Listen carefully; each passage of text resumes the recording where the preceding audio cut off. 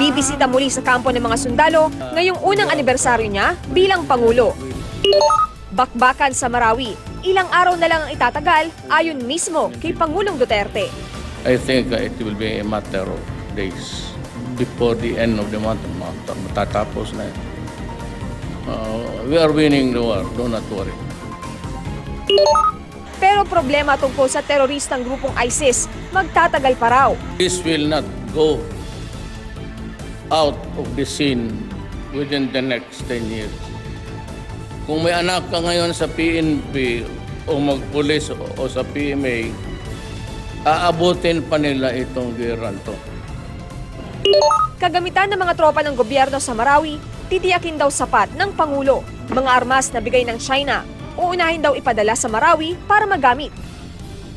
Mga bangkay, buto at bungo umano ng mga tao nakita sa dating pinagkutaan ng Maute Group.